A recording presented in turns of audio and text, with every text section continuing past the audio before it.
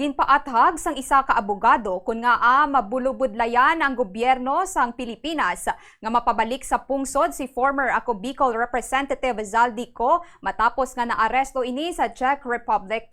Sa interview sa nga Bombo Radio kay Attorney Kaiser Cordero, ang CEO kag founding partner sang Cordero and Associates, iya ginpahayag nga duha ka proseso ang posible agyan nga amo ang deportation kag extradition. Mahimo ma-deport si Co bangod na aresto ini nga nagsulod sa border nga wala sang husto nga documentation nga isa ka paglapas sa immigration laws. Unilateral ang deportation buot silingon magahalin ng inisyatibo o kun hulag sa state kung sa diin siya na aresto. Apang pahayag ni Cordero sa idalom sang deportation, magalawig pa ini bangod nga magaagi ini sa judicial process, ilabi na kung magadepensa man si Co. Kag kun mahimo pa ini makaapelar kung may preliminary findings para sa deportation. Sa extradition naman suno sa abogado, mabudlayan man ang Pilipinas bangod wala ini sa nga extradition treaty sa Czech Republic.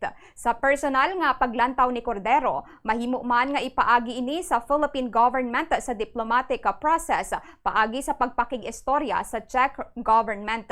Naibaluan nga may red notice ang ginrequest sa Interpol sang Nobyembre 2025 bato kay Co nga wanted bangod sa graft kag plunder kasunod sang ginaaligar nga involvement sini sa flood control scandal. Paathag ni Cordero sa operating principles sang Interpol red notice, ang tawo nga pugante o fugitive from justice ang mahimo masaylo sa isa ka state paagi sa diplomatic channels sa tunga sang involved nga mga gobyerno. Nahibaluan nga tubtub subong wala pa napatpat sang gobyerno sang Pilipinas ang mga detalye sa pagkaaresto kay Co kag wala man ginbuyagyag ang ila game plan kung paano nila ini mapapauli. If it's deportation, it's unilateral, meaning mahalin ina ang initiative from Czech Republic. As to this process, we do not know how are they gonna undertake this. No, considering again the judicial procedure, kaya pwede niya i-question in a judicial machinery, no, ni Zaldi Co in the Czech Republic. If it's gonna be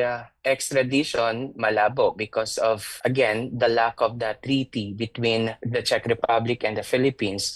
Siguro, I'm seeing that this has to be done through diplomatic processes where the Philippines and the authorities in the Czech Republic just talk, no, and sit down. After all, there is a Interpol red notice, no, for the crimes of corruption. Under the operating principle of the Interpol red notice, a person subject of a red notice could be lawfully transferred, no, through diplomatic channels, no, between states.